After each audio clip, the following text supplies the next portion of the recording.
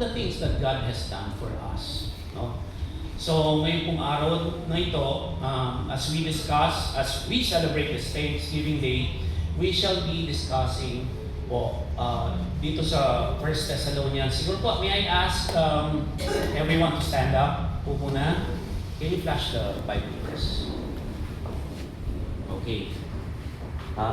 At naman tayo pong basa ng Bible verse po ngayon ng Aldong 80. Game, rejoice evermore, pray without ceasing, in everything give thanks, for this is the will of God in Christ Jesus concerning you. Manalangin tayo po, sabi, Lord, Heavenly Father, we thank you for this day, Lord, as we celebrate the Thanksgiving and Harvest Festival Day, Lord. Thank you for all your blessings. Thank you for being faithful to each and every one of us. Bless all the people and members of St. Paul Church. At pati na rin po yung mga miyembro na wala dito po sa church ngayon. I-bless you po sila at ang kanilang pamilya. We ask the Holy Spirit to dwell upon us at buksan po ang aming puso't kaisipan para makuha po namin ang inyong mensahe ngayong araw na ito. Ito po ang aking dalangin, Panginoon Diyos. Amen. Muna po tayo. Okay, so ang 1 Thessalonians po kasi, chapter 5, basically, it is about, yung i-discuss ko na po yung first part ng buong chapter 5, no po.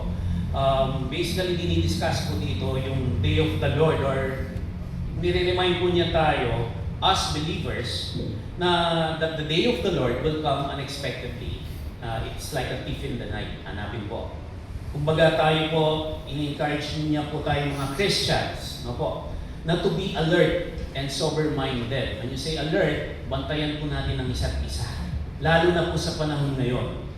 And Apostle Paul is also telling us to encourage and build one another up in faith. He also provided practical instructions for living in community, such as respecting leaders, being at peace with one another, encouraging and helping the weak, and being patient and forgiving. Tama po kaagad, papalibuntok, hanapin po. So in this chapter, I will be discussing 3 principles po, which is very evident. Ngayon po kung Aldong 80. So yung first principle, hanapin po, in other version of our Bible, NLT, always be joyful. Okay. Ano po muna, unang-una po, i-discuss ko muna ito, ano po ba ang pagkakaiba between being joyful and happiness? Ang happiness po is often a temporary emotional response to an external circumstances. Kumbaga ito po ay parang spur of the moment lang. Kunwari, nakabili ka ng bagong cellphone, masaya ka. Pero after 1 year, pag lumabas na yung bago, malungkot ka na. So, temporary lang po siya. No po? While joy, it is not just a feeling. Ito po ay isang deep-rooted state na being grounded in our relationship with God. It transcends our circumstances. Ang ibig po sabihin ito po ay may lasting sense of fulfillment, that can endure through life's ups and down. So, dito po, ang ibig sabihin is nararamdaman mo ang joy regardless kung anong sitwasyon mo sa buhay ngayon. No po? Especially during challenging times. Especially when things are not going your way. No po? Despite of all these things, nakangiti ka pa rin. Yun po ang ibig sabihin ng joy. Pag inisip niyo po yung totoong definition ng joy, parang ang hirap. Di po ba? Pero kay Lord, wala pong imposible na makakamit po natin ang joy.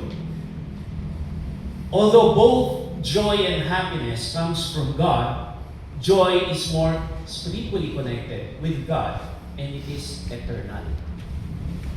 Permanent, eternal po siya. Opo. Makakamit o ma-experience natin ng joy kapag lagi natin inaalala o ginugunita ang kabutihan ng Panginoon Diyos sa ating buhay. at magiging matibay ang tiwala at pananampalataya natin. Malalim ang pananampalataya natin sa Kanya. Kapag alam natin na ang Panginoong Diyos or our God is in full control of our lives, and of course, we must obey His commands, nasa tama tayo ng landas at hindi tayo mag-worry at makikita yung joy sa ating mukha.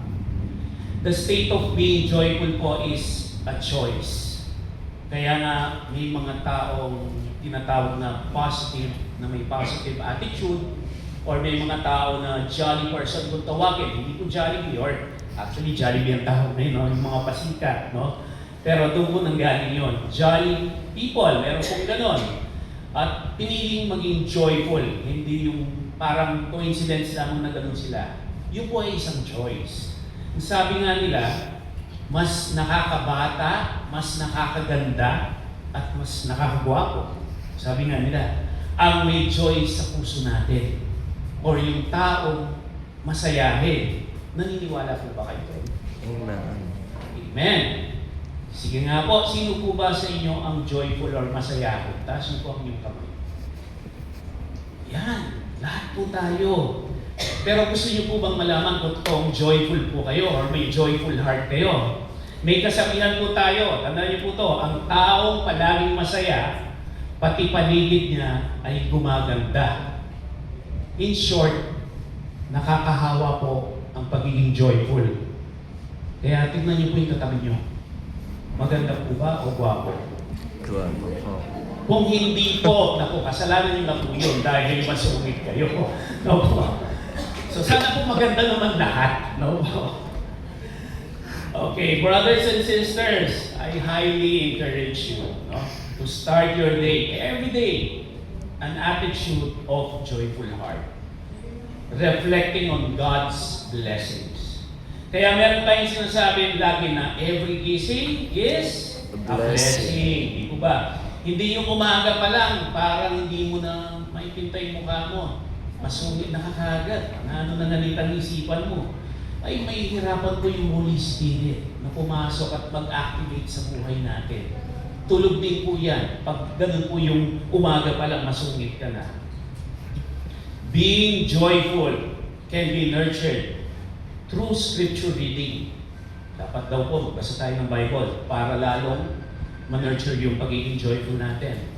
Worship, katulad po nito, we worship and obedience to God. And of course, fellowship with others.